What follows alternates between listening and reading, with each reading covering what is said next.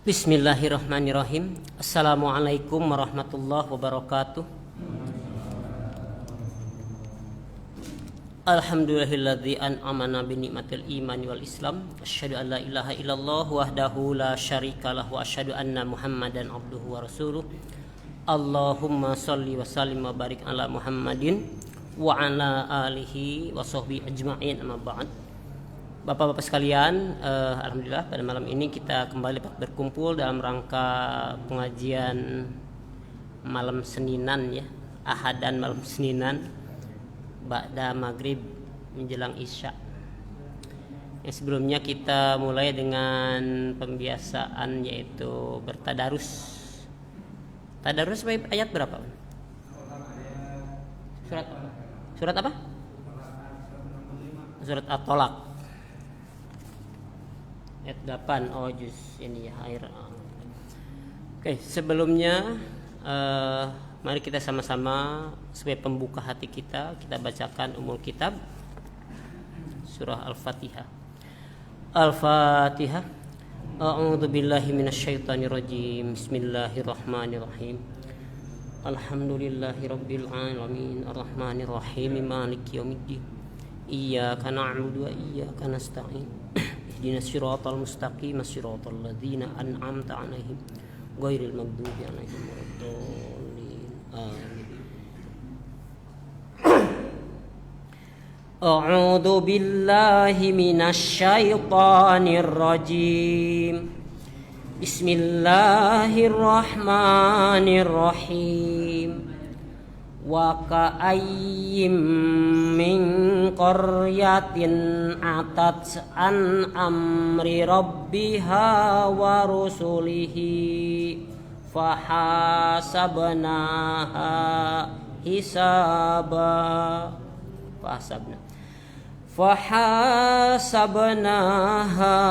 hisaban syadidan wa 'adzabnaha 'adzaban nukra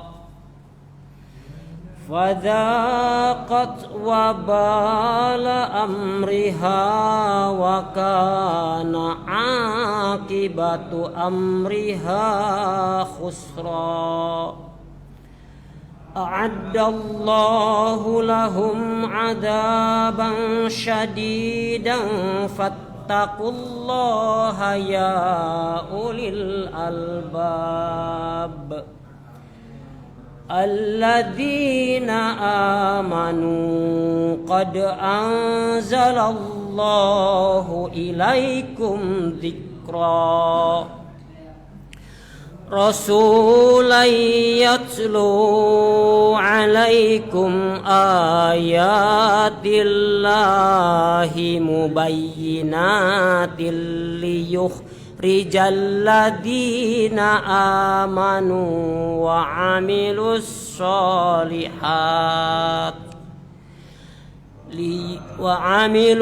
solihati minaz zulumati ilan nur. Wa man yu'min billahi wa ya'mal shalihan yudkhilhu jannatin tajri min tahtihal anharu khalidina fiha abada. Qad ahsanallahu lahu rizqa. Allahul ladzi khalaqa sab'a samawati wa minal ardi mislahun yatanazzalul amru bainahunna lita'lamu annallaha ala kulli syai'in qadir. Wa anna allaha qad ahata bikulli syai'in ilma. Shadaqallahul azim. Mangga terjemahnya. Siapa yang mau baca? Mau kan?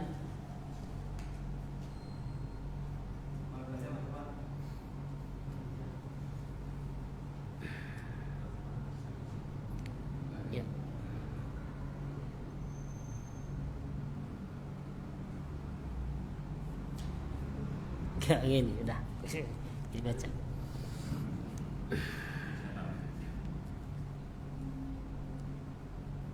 Dan betapa banyak penduduk negeri yang menduhakan perintah Tuhan mereka dan Rasul-Rasulnya. Maka kami buat perhitungan terhadap penduduk negeri itu dengan perhitungan yang ketat, dan kami azab mereka dengan azab yang mengerikan di akhirat, sehingga mereka merasakan akibat yang buruk dari perbuatannya, dan akibat perbuatan mereka itu adalah kerugian yang besar. Allah menjadikan azab yang keras bagi mereka. Maka bertakwalah kepada Allah, wahai orang-orang yang mempunyai akal, yaitu orang-orang yang beriman. Sungguh Allah telah menurunkan peringatan kepadamu dengan mengutus seorang Rasul yang membacakan ayat-ayat Allah kepadamu, yang menerangkan bermacam-macam hukum, agar dia mengeluarkan orang-orang yang beriman dan mengerjakan kebajikan dari kegelapan kepada cahaya. Dan barang siapa beriman kepada Allah dan mengerjakan kebajikan, niscaya dia memasukkannya ke dalam surga-surga yang mengalir di bawahnya sungai-sungai. Mereka kekal di dalamnya selama-lamanya. Sungguh Allah memberikan rezeki yang baik kepadanya. Allah menciptakan 7 langit, dan penciptanya bumi juga serupa. Perintah Allah berlaku padanya agar kamu mengetahui bahwa Allah Maha Kuasa atas segala sesuatu, dan ilmu Allah benar-benar meliputi segala sesuatu. Maha benar Allah dengan segala firman-Nya. Shadaqallahul azim. Benar Allah dengan segala firman-Nya. Ya, mulai ya. Di ayat tadi disebutkan bagaimana kesudahan orang-orang umat-umat terdahulu, kemudian disebutkan juga kerugian mereka, azab Allah. Maka perintah untuk wattaqullaha ya ulil albab, wahai orang-orang ulil albab, orang-orang yang menggunakan akal pikirannya. Dan ulil albab menggunakan akal pikiran sekaligus mendayagunakan seluruh perasaan dan hatinya. Jadi Dr. Abdus Salam, seorang pemenang hadiah Nobel beberapa tahun yang lalu tentang teori unifikasi alam itu ya, menyatakan bahwa ulil albab ini adalah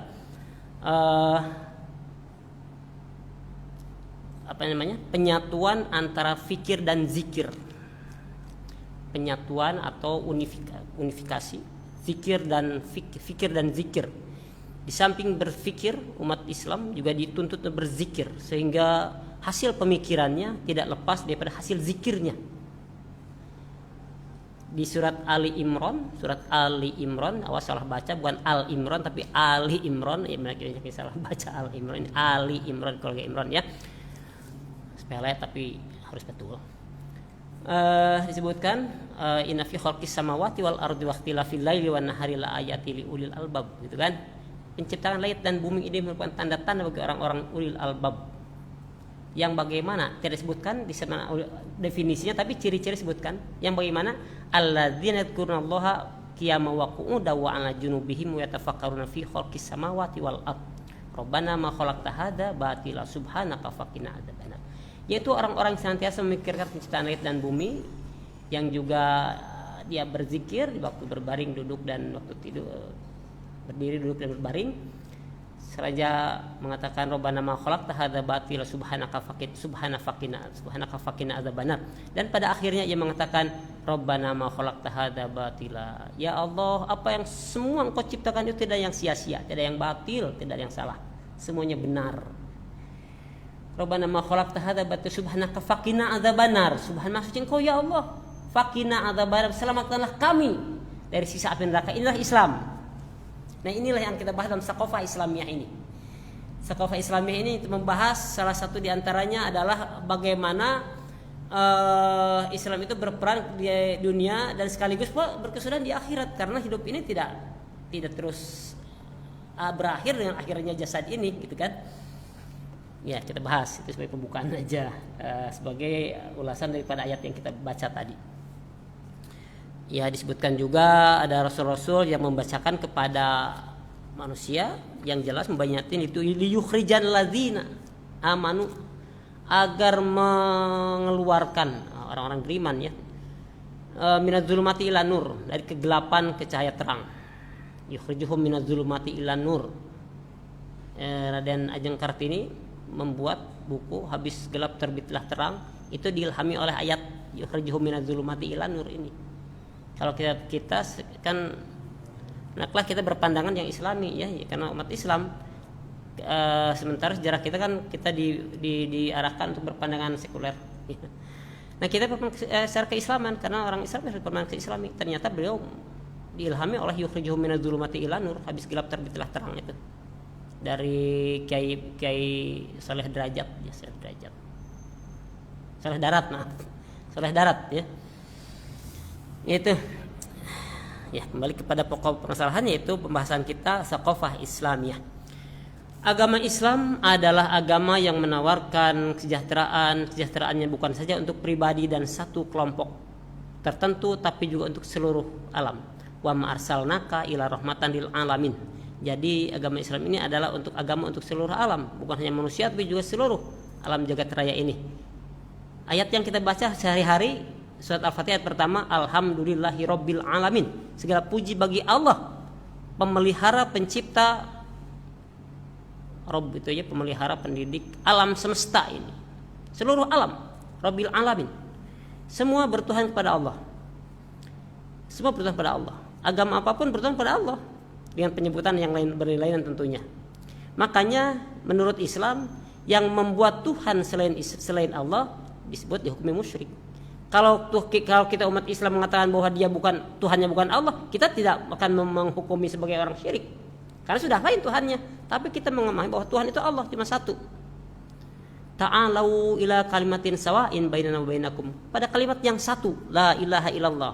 Dan itu adalah ajaran Nabi, dari mulai Nabi yang pertama sampai Nabi yang akhir.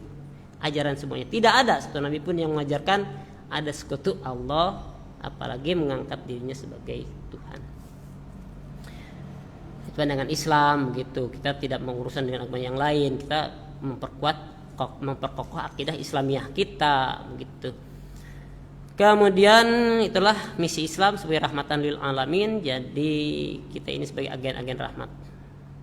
Kemudian Islam juga sebagai thariqah atau sebagai petunjuk jalan, dan sekaligus petunjuk jalan di segala zaman dan segala tempat. Semua zaman dan semua jalan ya, semua tempat. Islam ini harus menembus semua waktu dan semua tempat. Sampai-sampai kalaupun sekarang ada di satu planet yang ada makhluknya, dan makhluknya itu berakal seperti kita punya misi dakwah ke sana gitu ya.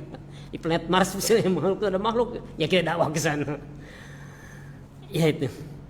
Jadi Islam adalah jalan thariqah yang kita tempuh, dan sebaik-baik thariqah, sebaik jalannya Allah, yaitu jalannya Islam. Ihdinas syiratal mustaqim, tunjukkanlah pada kami jalan yang lurus. Ini banyak dipelantar-pelintir oleh orang-orang yang tidak suka sama Islam. Seakan-akan jalan syiratal mustaqim, jalan umat Islam belum dapat jalan gitu. Belum dapat jalan, saya minta terus-terusan dan tidak dikasih-kasih. Sementara jalan yang lain sudah ada jalannya tuh, cari jalan itu. Sampai-sampai enggak tahu benar, enggak tahu enggak. Ada makhluk katanya. Ini ada pengalaman orang-orang enggak benar, enggak tahu enggak, ini mudah-mudahan aja enggak benar. Tapi jadi murtad begitu, ada yang didatangi oleh makhluk sesosok berjubah putih, mengaku dirinya sebagai apa. Kemudian akulah jalanku, ikuti jalanku. Ya. Dalam keheningan malam, dalam sholat, ada yang habis umroh kemudian jadi murtad, naudzubillahi min dzalik. Dia tidak tegas, sebut aja kamu setan gitu. Kalau kamu setan akan lari. Kalau kamu ngaku-ngaku Tuhan, menciptakan apa? Tuhan itu sudah mencipta, ada karya ciptanya. Kalau keselamatan, kami sudah punya jalan keselamatan, siratal mustaqim, siratal ladzina an'amta 'alaihim ghairil maghdubi 'alaihim waladdallin. Gitu. Ini juga kita baca sehari-hari dalam sholat kita. Maka sholat kita ini harus bermakna. Jangan sholat hanya tonggeng-menonggeng, cuma kumat kamit baca-baca saja, tapi harus bermakna dengan cara mentadaburi isi bacaan yang kita baca. Yang harus tahu dong. Kalau tidak tahu kita apa cuma Allahumma ba'id baini wa bainal ini wajjahtu wajhi ilaihi atau bacaan yang lain. Cuma itu aja, cuma rutinitas saja. Tidak begitu. Salat dari mulai takbiratul ihram sampai salam itu bermakna dan harus kita tadaburi. Di samping mentadaburi alam semesta, mentadaburi diri kita, juga mentadaburi apa yang kita lakukan. Allahu Akbar ketika kita membuka salat dengan takbiratul ihram. Takbir yang mengharamkan seluruh perbuatan selain perbuatan yang ada dalam salat itu, dan perkataan juga ya, karena salat itu fa'lan wa qaulan fa'lan. Nah itu. Bagaimana kita berdiri di hadapan Allah? Bayangkan bagaimana kita nanti berdiri di hadapan Allah di padang mahsyar. Kita sholat. Kemudian kita bagaimana membacakan surat Al-Fatihah, doa iftitah atau istiftah atau iftitah, nah, apa saja. Ada yang Allahumma ba'id alang wajhtu wajhiya lilladzi fatar sama saja, silahkan aja subhanaka Allahumma, silahkan aja lah mau mana saja terserah. Itu ada contohnya masing-masing. Tapi harus kita maknai dan kita tahu maknanya dan kita resapi dalamnya. Allahumma ba'id baini wa baina khotoya ya kama ba'adta bainal masyriq wal maghrib. Ya Allah, jauhkanlah aku dengan dosaku sejauh maghrib dan masyriq dan maghrib, timur dan barat yang pernah bersatu. Allahumma nakini, ya Allah bersihkanlah min khotoy diriku dari segala dosa, ya dan seterusnya. Kalaupun doa yang wajahtu ku hadapkan wajahku wajhiyal ladzi fataras samawati wal ardh, kepada zat yang menciptakan langit dan berhadapan. Akhirnya ada kata inna sholati wa nusuki wa mahyaya wa mamati. Nah, itu yang paling intinya. Salatku, hidup dan matiku lillahi rabbil alamin, itu soal janji kan? Janji salat dan hidup. Ya, salat, hidup dan mati. Berarti hidup dalam jalan Allah, mati pun dalam jalan Allah. Kan kita kadang-kadang mati demi Islam, mati demi. Tapi juga kita apa sudah hidup demi Islam? Kalau berani mati untuk Islam, hidup pun harus berada dalam Islam.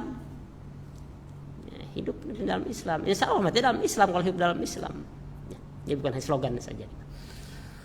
Yaitulah Islam sebagai jalan hidup kita yang harus kita tempuh, dan doa yang kita baca adalah untuk memperkokoh supaya kita istiqomah tetap pada jalan yang lurus itu. Kemudian juga Islam sebagai sistem kehidupan, pemikiran, perilaku. Pemikiran, perilaku baik itu secara individu, keluarga, bermasyarakat, bernegara, berbangsa, manusia semuanya. Pemikiran artinya perilaku dan pemikiran harus padu. Tidak akan ditemukan dalam ideologi-ideologi ataupun dalam konsep-konsep lain selain kita agama Islam ini nih. Ya. Misalnya kita di dalam Al-Qur'an ada ayat mengatakan, ya ayuhan nasu taqu rabbakumul ladzi khalaqakum min nafsin wahidatin wa khalaqa minha zawjaha wa bassa minhuma rijalan katsiran wa nisa wattaqullaha la'allakum tuflihun. Surat An-Nisa. Di dalam surat Al-Hujurat, ya ayuhan nasu khalaqnakum min nafsin wa khalaqa minha zawjaha wa bassa min apa? Ya ayuhan nas inna khalaqnakum min dzakarin wa unsa wa ja'alnakum syu'uban wa qabaila lita'arafu. Inna akramakum indallahi atqakum. Wahai manusia, aku sudah menciptakan manusia itu bersuku-suku, berbangsa-bangsa. Ya ini sangat cocok sekali untuk kondisi kita orang Indonesia ini. Memang dari Sabang sampai Merauke ini bersuku berapa ratus, berapa ribu suku kita, kabilah-kabilah. Warna kulit, bahasa, sampai agama berlain-lainan.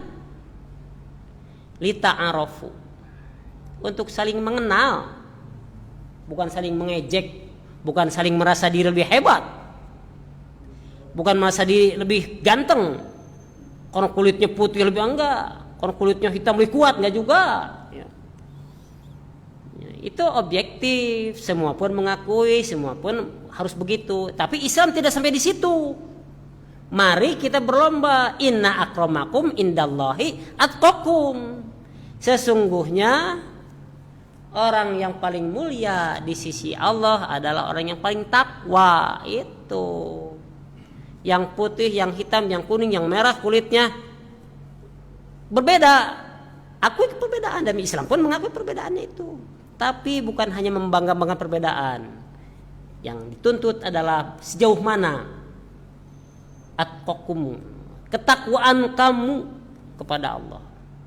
Makanya dalam Islam ada konsep fastabiqul khairat, marilah berlomba-lomba untuk mencapai kebahagiaan. Apa di surat Al-Mutaffifin itu apa? Fal yatanafasil mutanafisun, orang-orang yang berlomba. Nah, surga itu disediakan untuk orang yang berlomba. Lomba di sini adalah lomba untuk mencapai ketakwaan. Jadi ini pemikiran Islam yang tidak terbatas atau tidak hanya berhenti pada aspek-aspek material. Untuk aspek-aspek yang sifatnya material, betul ada manfaatnya. Dengan berbagai macam budaya, betul pariwisata maju, ilmu pengetahuan berkembang. Itu tidak kita nafikan, iya betul perekonomian maju, tapi tidak sampai di sana. Sampai selain itu, mari kita sama-sama berlomba untuk meraih akramakum itu, kemuliaan di sisi Allah itu dengan takwa. Dan takwa ini di Indonesia bukan barang yang baru, semua lembaga, semua jajaran, semua departemen syaratnya adalah takwa pada Tuhan Yang Maha Esa. Takwa pada Tuhan Yang Maha Esa, prajurit, polisi semuanya, sabta marga itu kan takwa pada Tuhan Yang Maha Esa. Ini harus kita manfaatkan, harus kita manfaatkan oleh kita sebagai umat Islam Indonesia. Yang kedua fungsi, satu sebagai umat Islam yang baik, dan sebagai bangsa Indonesia yang baik, sebagai patriot dan sebagai muttaqin. Itu sebagai patriot, sebagai muttaqin juga, karena kita tidak hidup di Arab, hidup di Indonesia, ya. Ya, untuk selanjutnya kemudian Islam adalah jalan untuk segala zaman. Kemudian juga Sakofah juga ini mengajarkan kita supaya Islam yang ini, kita ini berwawasan, ya, berwawasan untuk mencerdaskan, berwawasan sehingga kita mencerdaskan, memunculkan kecerdasan, baik itu kecerdasan kognitif, kecerdasan intelektual, afektif, bersikap, ataupun keterampilan psikomotorik. Karena kan kayak yang gini-gini mah itu. Ya, kognitif, afektif, psikomotorik. Pendidikan itu begitu. Ya, Islam itu dimunculkan semua potensi manusia ini dalam Sakofah Islamiyah itu.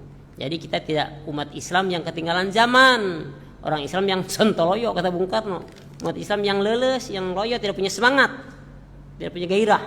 Jadi umat Islam yang penuh gairah, baik itu gairah dalam berpikir, menuntut ilmu, karena menuntut ilmu itu hal yang tidak bisa dilepaskan dalam Islam.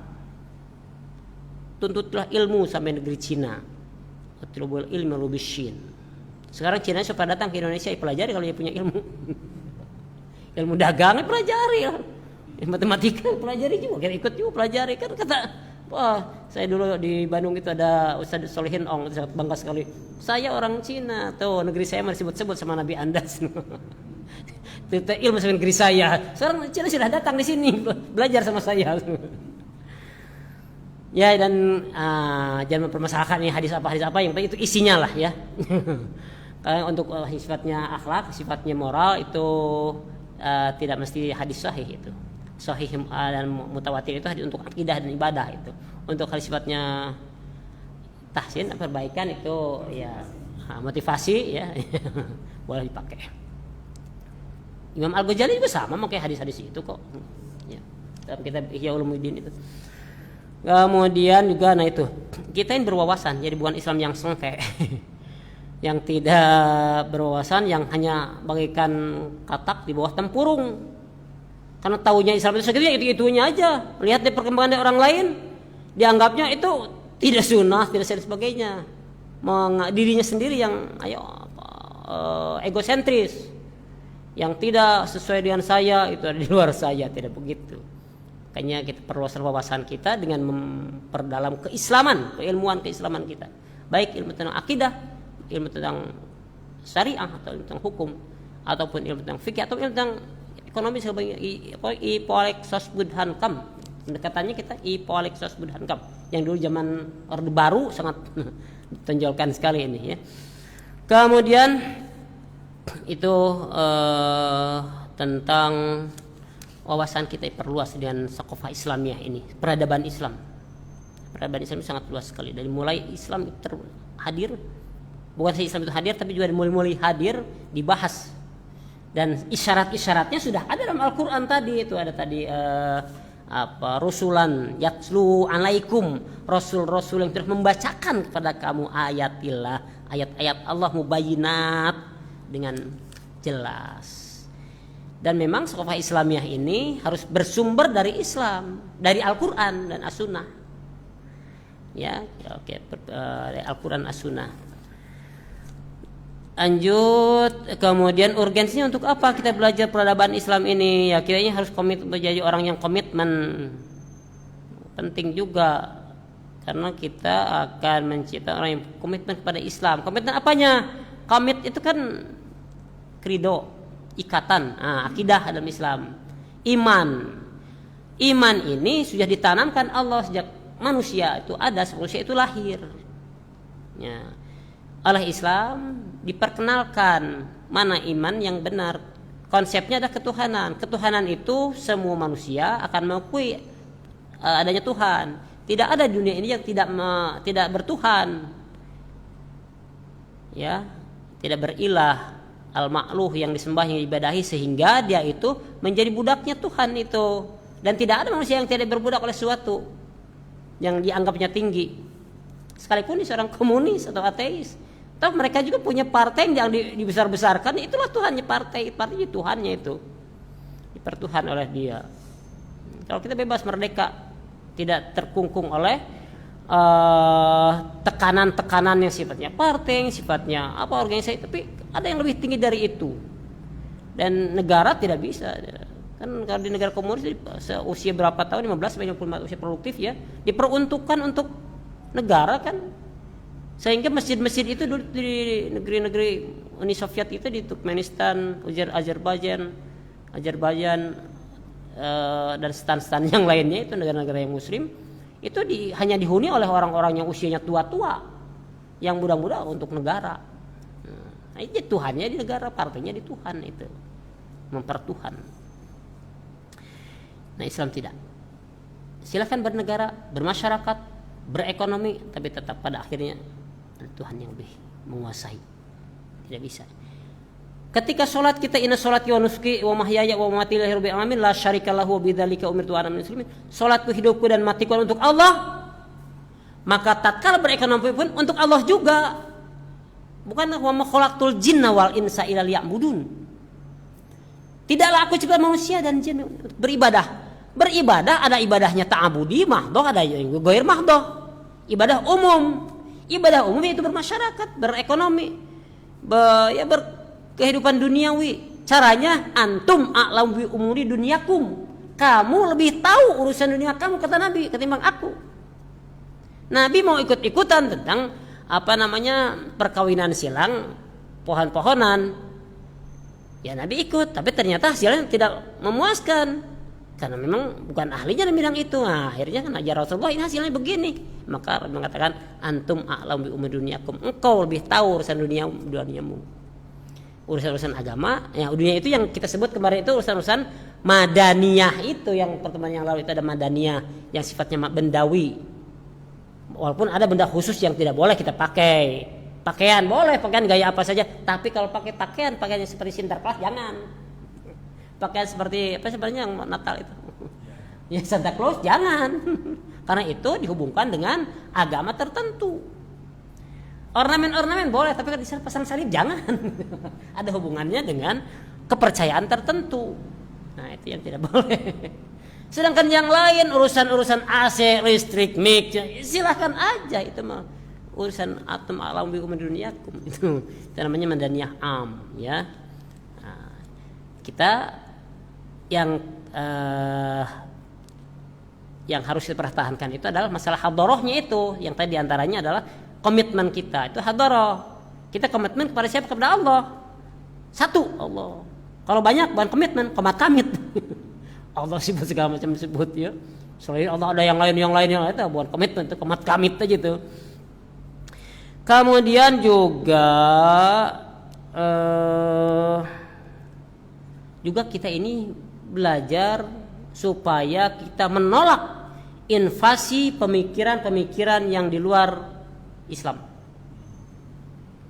Bukankah di dunia ini banyak ideologi-ideologi yang memang sekuler, entah itu kapitalisme, kapitalis, komunis, imperialis, iblis dan sebagainya ya.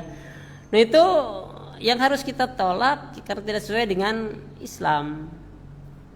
Baik itu yang sifatnya mendunia ataupun yang sifatnya ya sisa-sisa peninggalan kepercayaan lama yang sekarang masih dipegang oleh orang-orang kita. Ya, tinggal diislamisasi saja. Diislamisasi. Budayanya begitu tapi isinya muatan-muatan Islam. Ya. Di Jawa Barat ada kalau orang nikah kan ada apa namanya yang Nada Agung Kabatari ya ganti aja Batarinya ke Allah Maha Suci dan sudah diganti oleh para seniman Sunda yang memang Islami itu di ASTI Akademi Seni Tari Karawitan di Bandung. Ternyata syair-syair yang begitu sudah banyak yang diganti dengan nafas-nafas agama gitu, Islam.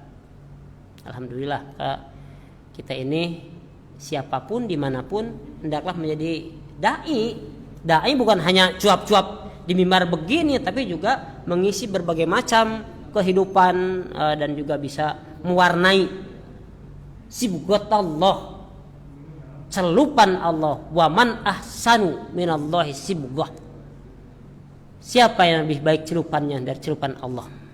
Dan Indonesia ini sudah punya pengalaman untuk itu. Indonesia pernah mau celupan merah, celupan komunis 48 hancur, puncaknya 65 tapi tidak diridhoi oleh Allah ya, tidak diridhoi Allah. Umat Islam bangkit melawan karena memang perjuangan Indonesia ini tidak lepas perjuangan umat Islam. Sejak zaman Belanda ya, umat Islam sampai susah umat Islam itu dikalahkan. Coba tuh Cut Nyak Dien itu perjuangannya di Aceh itu di hutan sampai bergerilya begitu susah dikalahkan. Demikian pula di Jawa, Kalimantan, Pangeran Antasari dan sebagainya itu. Di Sulawesi, Hasanuddin. Perlawanan umat Islam itu memang sudah dikalahkan saat itu. Apa yang pendorong mereka itu? Komitmen itu kepada agama. Karena kita tidak bisa diperbudak oleh bangsa, oleh manusia lain. Yang perbudak hanya Allah aja dan ibadah itu. Ya. Makanya pembukaan UUD 45 tanpa mengurangi jasa-jasa besar para pahlawan, jasa-jasa perjuangan para pahlawan itu dibuka dengan atas rahmat Allah yang Maha Kuasa, atas rahmat Allah dan dengan berkat rahmat Allah yang Maha Kuasa dan seterusnya. Dan berkat rahmat Allah, jangan sombong. Dan itu adalah iman. Di negeri-negeri muslim yang lain pun sama. Bukan masalah persenjataan atau senjataan satu saat bisa hancur. Bukti Amerika, Taliban hancur tuh. Dulu zaman komunis mungkin dulu tahun 82 mungkin sudah aktivis. Kalau aktivis pasti tahu buku yang judulnya Perang Afghanistan itu. Itu bagaimana dahsyatnya tentara Rusia menggempur pasukan Afghanistan, tapi kan keimanan ya mungkin hal-hal yang di luar pikiran, di luar kebiasaan di luar jangkauan akal pikiran itu terjadi. Itu dulu ada bukunya itu kecil, saya juga pernah baca sampai tamat. Tapi sekarang nggak tahu kemana bukunya, disumbangkan ke masjid, nggak tahu hilang kali. Banyak hal yang di luar dugaan itu sampai pesawat tempur Rusia mau membombardir pasukan mujahidin itu katanya sih di buku itu disebutkan datang ribuan burung yang menghalangi di bawahnya itu sehingga pasukan pesawat itu tidak bisa, susah pandangannya ke bawah. Ada mujahid yang sampai beberapa hari itu tidak busuk ininya, beberapa lama itu digali tidak busuk ini jasadnya masih utuh karena memang Allah bumi itu tidak memakan jasad para mujahid itu. Yaitu karena sakofah Islamiyah ini peradaban Islam harus dibangkitkan, harus dihidupkan, harus digelorakan. Yang salah satunya adalah pokoknya adalah keimanan, iman pada Allah, kemudian ibadah pada Allah, baik ibadah sifatnya khusus ataupun sifatnya umum. Umat Islam tidak membeda-bedakan. Yang umum adalah ritual-ritual yang biasa. Tapi yang khusus ritual-ritual atau ibadah mahdoh yang biasa kita lakukan, salat 5 waktu, puasa, naik haji dan sebagainya. Di samping itu ada tambahannya juga, salat sunnah. Tambah lagi, tidak kurang dari itu. Kalau masih kurang silakan ada tambahan. Puasa kalau masih kurang ada tambahan, puasa sunnah dan sebagainya. Nah, yang ibadah umum disinilah kadang-kadang nilai-nilai ibadah ritual khususnya tidak terbawa. Idealnya inna sholata tanha anil fahsya'i wal munkar. Itu kan ideal. Artinya Tuhan yang disembah ketika sholat itu sama dengan Tuhan yang disembah ketika kita berekonomi. Kenapa kita Allahu Akbar inna sholati wa nusuki lillahi rabbil alamin seterusnya? Sholat. Begitu di sana ya sistem apa namanya? Sistem riba dipakai, meras orang dipakai. Itu apa? Tuhan tidak hadir saat itu, Allah tidak hadir, atau ada Tuhan yang lain yang namanya duit, yang namanya uang, di benaknya hanya RP aja yang ada. Tuhannya RP, bukan kesolatnya itu lillahi rabbil alamin, tapi kenapa hidupnya untuk RP?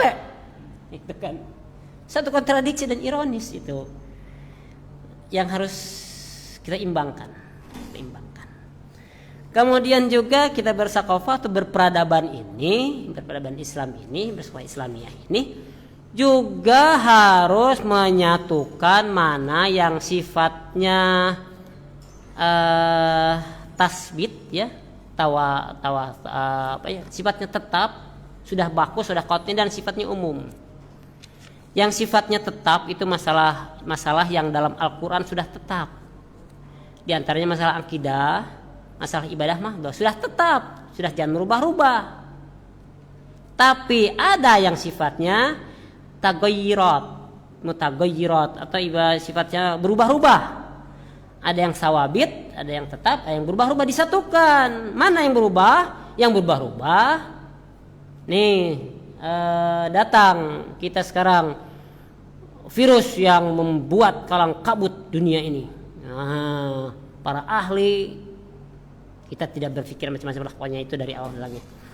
Para ahli dan berbagai macam keahliannya dalam bidang kedokteran, dalam bidang masyarakat, dalam epidemiologi dan sebagainya, mengerahkan pikirannya. Itulah jihadnya itu mereka itu. Pikirannya, ijtihad, jihad dan amal perbuatannya. Nah, supaya melahirkan vaksin untuk bagaimana mengatasinya, baik dari segi kesehatan atau segi kemasyarakatan. Disinilah taghayyirat, perubahan hukum digunakan. Salat pun sampai sekarang masih mazhab yang pisah-pisah, walaupun sudah dikasih kita kemudahan. Gitu. Memang agama Islam tidak menyulitkan dan sebagainya ya. Hukum pun berubah-ubah. Karena hukum Islam itu taghayyuru bi taghayyuril zaman. Hukum itu berubah sesuai dengan perubahan zaman dan perubahan tempat. Jadi mudahlah agama Islam ini, tidak susah, tinggal kita mengamalkannya saja. Ada orang berat mengatakan bahwa ibadah dalam Islam itu mudah, beda dari ibadah yang lain. Mana? Ibadah Islam tidak perlu alat-alat yang macam-macam, tidak perlu berang-berang musik segala macam. Salat ke masjid ikuti sama-sama. Tidak ada kependetaan, tidak ada hierarki keimaman, sama-sama semuanya. Inna akramakum indallahi atqakum. Billahi fisabilil haq. Assalamualaikum warahmatullahi wabarakatuh. Maaf tidak tanya jawab nih. Ada tanya jawab, ini sudah waktunya. Bisa ya? Ayo bisa ada. Subhanaka Allahumma wa bihamdika asyhadu an la ilaha illa anta astaghfiruka wa atubu ilaik.